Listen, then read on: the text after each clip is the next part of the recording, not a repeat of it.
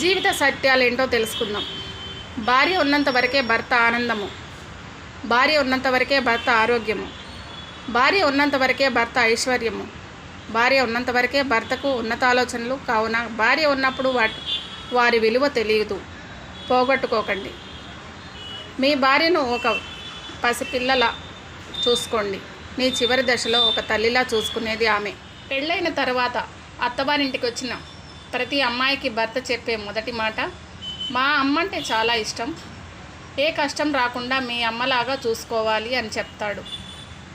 చెప్పాలి కూడా, అది ధర్మం. కానీ అదే భర్త తన అమ్మ దగ్గరికి వెళ్ళి, నన్ను నమ్మి సర్వస్వం అనుకొని జీవితాంతం నాతో ఉండటానికి వచ్చింది, సొంత కూతురులాగా చూసుకో అమ్మ అని చెప్పే కొడుకులు ఎంతమంది? అది చెప్పి వాళ్ళు ఇది కూడా చెప్పాలి కదా.